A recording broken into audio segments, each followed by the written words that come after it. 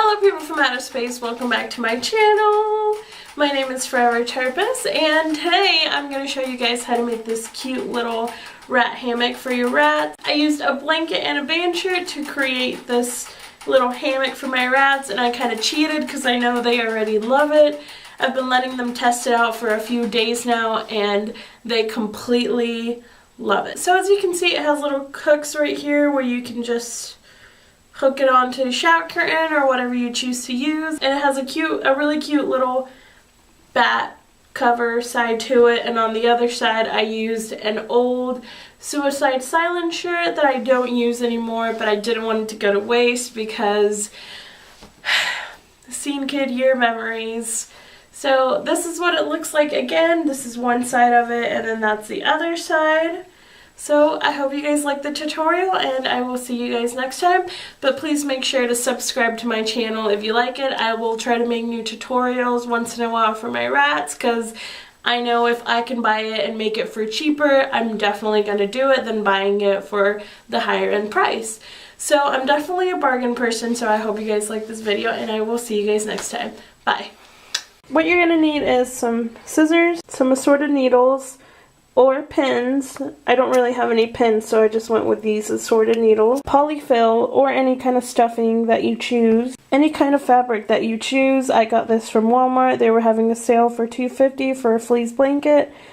And I just decided that I really liked the way that the pattern was, so I decided to get it and cut it up. And if you don't want to get a blanket because you think it's too big, I got this at Dollar Tree for $1. It's a really soft microfiber cloth for cleaning cars, but it's soft enough that you can use as a blanket or an old t-shirt if you decide. I'm making a hammock out of this pattern and this pattern. The reason why I'm doing this is because I don't use this t-shirt for anything else, and I don't want it to go to waste, and I think it would be super cute if I have metal as rat. You're also going to need a sewing machine. If not, you can always hand sew, but it takes a little bit longer. So if you're doing a hammock out of an old t-shirt like I am, most of the time they have this pretty square pattern here. And I'm going to cut off a pattern depending on how big or small you're wanting your hammock. I think I'm going to cut it about right here, so I still have about this much room left over to make that hammock. So what I'm going to do is I'm just going to cut a square all around the pattern.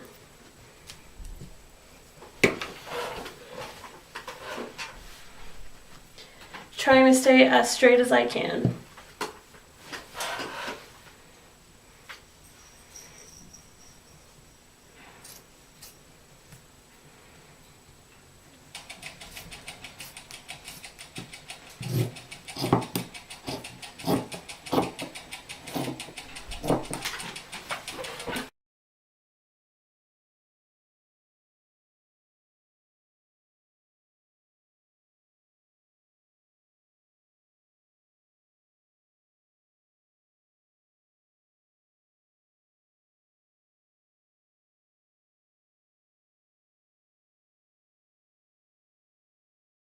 And I'm going to cut mine to the size that I want them. Again, I want it about this big.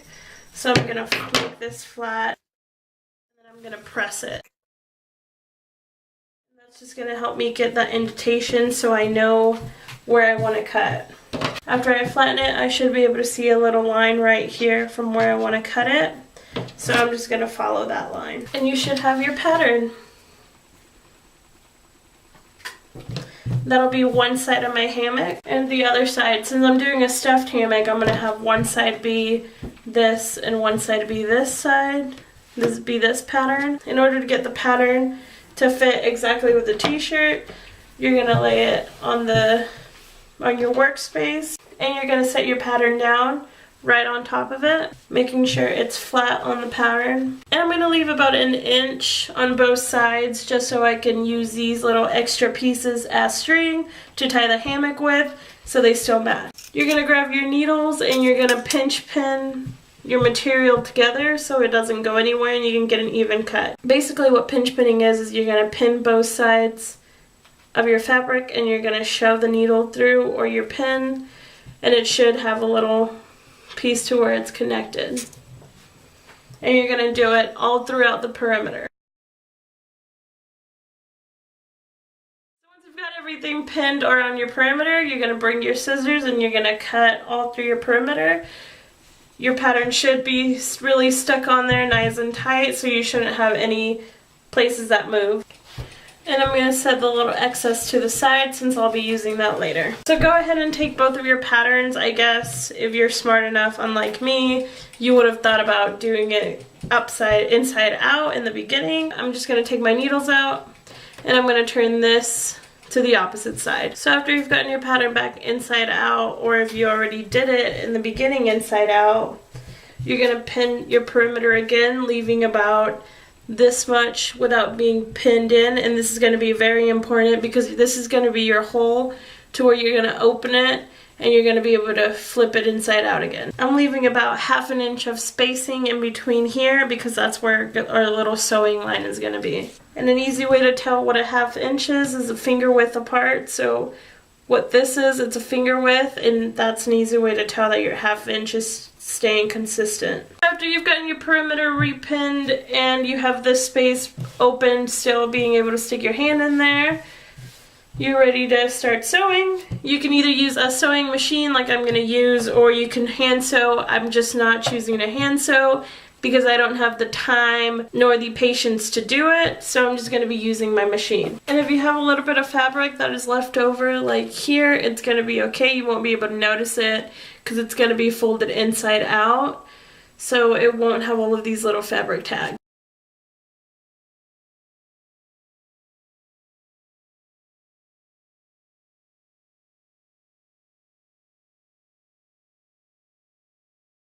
So your pattern should look something like this with the sewn in lines already. And you're going to take off all your pins. Now you got to find the piece that you didn't sew. So after you're done with that, you're going to find your little hole to where you can stick your hand in there still, and you're going to pull your material through. And you're going to turn it inside out. So this is what my hammock is ending up looking like. And it should be all smoothed out right here. If your corners are not being pushed out, you could always get a pencil and just kind of push them through, but mine was big enough to stick my hand in there and my finger, and I just kind of poked them through. If you're not doing a stuffed hammock, that's totally fine. You can now take this time to just get some needle and thread and sew this closed. How you're going to do that is you're just going to take both sides and you're going to tuck them in, and you're just going to sew right here. I would use pins here and here just so your material stays nice and tight. But if you are doing a stuffed hammock, you're gonna find your hole and you're gonna get your fleece or your polyester or any kind of filling that you are using, and you're gonna start filling your hammock until you're desired, until however much you want to stuff it. And then just move your filling around by shaking it around and flattening it out, just so you know you're not going too crazy with it. And these are strangely the same steps to making your own pillow. That's what it should look like once you're done stuffing it and you get it about a nice consistency of what you want to do. Now I'm going to get a needle and thread, and I'm going to sew in these sides right here. So again, I'm just going to fold my material over and pressing down on it just so I have that nice seam, and I'm going to do the same thing to the other. And then I'm going to do some quick stitching until I close it.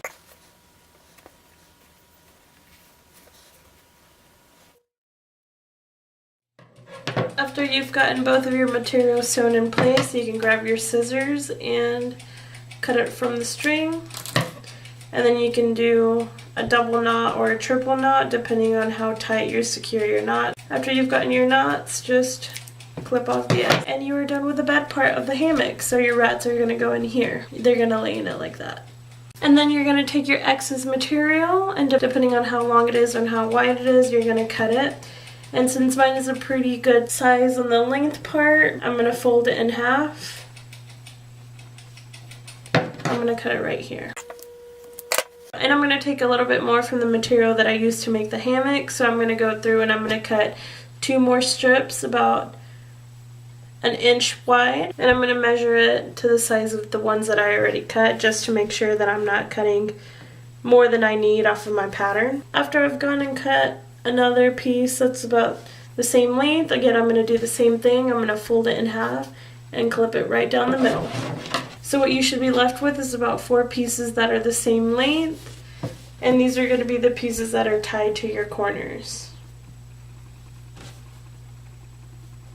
After you've cut your pieces here, you're going to get some needle and thread again, and you're going to secure it to each corner. I'm going to lay one side above the corner and one side on the other side, so that's going to give you a nice loop. And what it should look like is give you something like this. One side is on this side, and the other one is here. So taking the corner in a diagonal way, you're going to put this as well, going like this in the diagonal way.